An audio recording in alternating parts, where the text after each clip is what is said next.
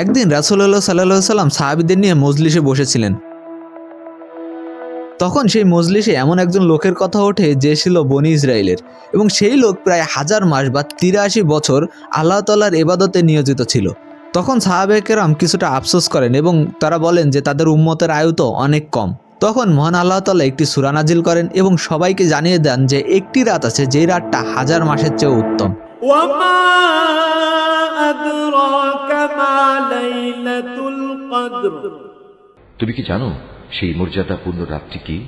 আপনার চোখটি একবার বন্ধ করুন এবং ভাবুন, মাত্র একটা রাত, এবং সেই একটা রাতে আপনার জীবনের সব ভুল, সব পাপ এবং সব আফসোস মুছে যেতে পারে। যদি আপনাকে বলা হয় যে আজকের এই রাত ইবাদত করলে আপনি 83 বছর ইবাদত করার সওয়াব পাবেন। 83 বছর, যেখানে মানুষের এখন গড় আয়ু এসে দাঁড়িয়েছে 60 থেকে 70 বছরে, যেখানে মাত্র একটি রাত ইবাদত করলে আপনার জীবনকালের চেয়েও বেশি আপনি ইবাদত করার সওয়াব পাচ্ছেন। জেগে উঠুন, কারণ আপনি এমন এক রত্নের খোঁজ পেতে যাচ্ছেন যেই রত্ন আপনার ইহকাল এবং পরকাল দুইটাকেই বদলে দিতে পারে। এটা হলো সেই রাত যার নাম হলো লাইলাতুল কদর বা মহিমান্বিত রজনী। লাইলাতুল কদর শব্দটা শুনলে আমাদের মনের ভিতরে এক অদ্ভুত রকমের প্রশান্তি কাজ করে। আরবিতে লাইলাতুল শব্দের অর্থ হলো রাত, আর কদর শব্দের অর্থ হলো মর্যাদা বা সম্মান। অর্থাৎ এই রাত হলো আপনার ভাগ্য নির্ধারণের রাত বা আপনার মর্যাদা বৃদ্ধির রাত। এই রাতে আল্লাহ তাআলা আপনার পরবর্তী 1 বছরের জন্য আপনার রিজিক, হায়াত, মৌত এবং তকদির নির্ধারণ করে থাকে, এবং আল্লাহ তাআলার নির্দেশে ফেরেশতাগণ এই রাতে আপনার তকদির নিয়ে পৃথিবীতে নেমে আসে। আপনি একবার ভেবে দেখুন তো, এই ভিডিওটা আপনি দেখছেন, হয়তো এটাও আপনার তকদিরে লেখা ছিল। এই রাতটা এতটাই শক্তিশালী যে আল্লাহ তাআলা আল কোরআনে এই রাতের জন্য একটা সূরা নাজিল করেছেন। লাইলাতুল কদর খায়রুম মিন আলফি শাহর এই মর্যাদাপূর্ণ রাতটি 1000 মাসের চেয়ে উত্তম। চলুন আপনাকে একটু পেছনের দিকে নিয়ে যাই। আজ থেকে প্রায় 1450 বছর আগের কথা। মক্কার সমাজ তখন ডুবেছিল মূর্তি পূজা, মারামারি এবং খুন খারাপিতে। সে সময় আমাদের প্রিয় নবী হযরত মুহাম্মদ সাল্লাল্লাহু আলাইহি সাল্লাম হেরা গুহায় ইবাদতরত ছিলেন। তিনি খুঁজছিলেন সত্যর পথ এবং আলোর পথ। কিভাবে এই সমাজকে আলোকিত করা যায় সেই পদ্ধতিই তিনি খুঁজছিলেন। সালটা ছিল 610 খ্রিস্টাব্দ, রমজান মাসের শেষের দিকের একটি রাত। পুরো পৃথিবী তখন গভীর নিস্তব্ধতায়, হেরা গুহার ভিতরে গভীর নির্জনতা। সেই নির্জনতা ভেঙে হযরত জিবরাইল আলাইহিস সালাম প্রবেশ করলেন আল্লাহ তাআলার বাণী নিয়ে। এটাই ছিল সেই মুহূর্ত যখন পৃথিবী প্রথমবারের মতো কোরআনের আলো দেখল। লাইলাতুল কদর হলো সেই রাত যে রাত্রে মহাবিশ্বের সবচেয়ে বড় উপহার পবিত্র আল কোরআন লাউহে মাহফুজ থেকে প্রথম আসমানে নাজিল হয়। এই রাতটি শুধু একটি রাত নয়, এটি মানব ইতিহাসের মোড় ঘুরিয়ে দেওয়ার মতো একটি রাত, অন্ধকার থেকে আলোতে আসার একটি রাত। কিন্তু কেন এই রাত এত শক্তিশালী? কেন এই রাতের জন্য আমরা চাতক পাখির মতো প্রত্যেক বছর অপেক্ষা করি? এই গণিতটা খুবই সহজ, কিন্তু এর গভীরতা অসীম। আল্লাহ তাআলা বলেছেন এই রাত 1000 মাসের চেয়ে উত্তম।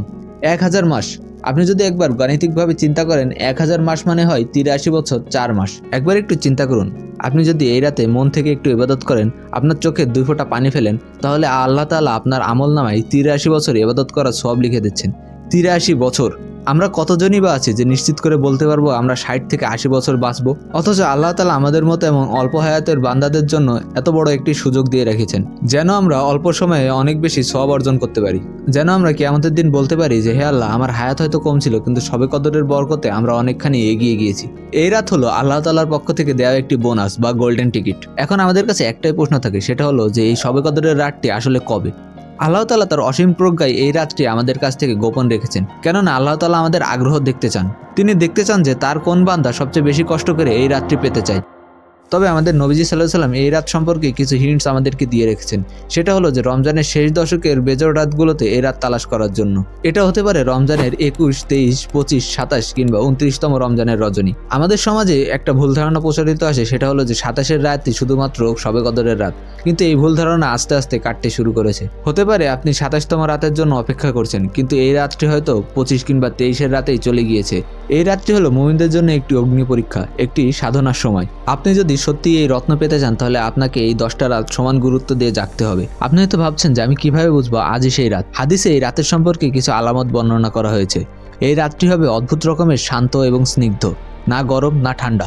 এই রাতে মুমিনের হৃদয়ে এক অন্যরকম প্রশান্তি অনুভূত হবে, যা অন্য কোনো রাতে পাওয়া যাবে না।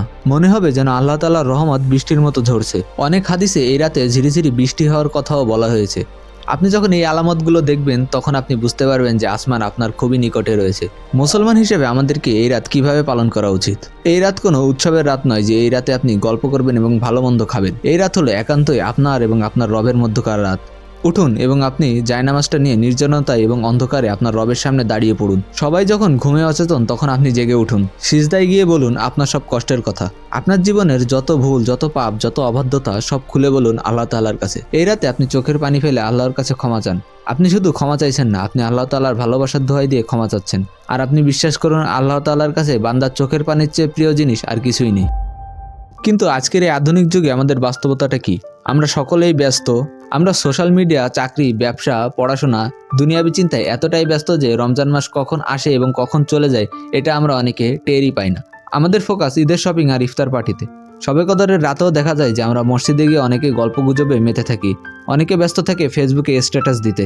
আমরা কি সত্যিই বুঝতে পারছি আমরা কি হারাচ্ছি? আপনি হয়তো ভাবছেন যে সামনের বছর ঠিকই ইবাদত করব, কিন্তু ভাই আপনাকে কে গ্যারান্টি দেবে যে সামনের রমজান পর্যন্ত আপনি বেঁচে থাকবেন? আপনার সাথে গত রমজানে যারা ঘোরাফেরা করতো তারা অনেকেই হয়তো আজ কবরের অন্ধকারে, তাদের আমলের খাতাটা বন্ধ হয়ে গেছে, কিন্তু আপনার আমলের খাতা তো এখনো খোলা রয়েছে। আপনার নিঃশ্বাস এখনো চলছে। আপনার জন্য এটাই সুযোগ, আর এই সুযোগটাকে রমজানে কাজে লাগান। শয়তান সবসময় চাইবে আপনাকে ক্লান্ত করতে, সে চাইবে আপনাকে ঘুম পাড়িয়ে দিতে, কিন্তু আপনাকে যুদ্ধ করতে হবে নিজের নফসের বিরুদ্ধে। মনে রাখবেন লাইলাতুল কদর শুধুমাত্র একটা রাত না, এটা আমাদের জন্য একটা লাইফলাইন। ডুবে যেতে থাকা মানুষের কাছে যেমন একটি দড়ি শেষ ভরসা, তেমনি পাপের সাগরে ডুবে যেতে থাকা আমাদের কাছে এই রাতটিও শেষ ভরসার মতোই। এই রাত্রে যদি আপনি আল্লাহ তাআলার প্রিয় বান্দা হতে পারেন তাহলে দুনিয়ার কোনো কষ্ট বা কোনো ডিপ্রেশন আপনাকে স্পর্শ করবে না। আপনার তখন পরিচয়ই বদলে যাবে। আপনি তখন আর সাধারণ কেউ থাকবেন না, আপনি হয়ে উঠবেন আল্লাহ তাআলার একান্ত পছন্দনীয় বান্দা। তাই আপনি প্রস্তুতি নিন, মনের সবটুকু আবেগ এবং শরীরের সবটুকু শক্তি দিয়ে এই রাতকে খুঁজুন। এই রাতে এক ফোঁটা চোখের পানির বিনিময়ে আল্লাহ তাআলা আপনাকে ক্ষমা করে দিতে পারেন। তাই এই রাতটা কি কাজে লাগান। তিনি আপনাকে ভালোবাসেন বলেই এই রমজান পর্যন্ত আপনাকে বাঁচিয়ে রেখেছেন। তিনি আপনাকে ক্ষমা করতে চান শুধুমাত্র আপনার একটু চাওয়ার অপেক্ষা। তাই এই রাতটি হোক আপনার জীবনের একটি টার্নিং পয়েন্ট। এই রাত হোক আপনার জীবনের নাজাতের একটি রাত। জেগে উঠুন, কেননা হাজার মাসের চেয়ে সেরা একটি রাত আপনার দরজায় কড়া নাড়ছে।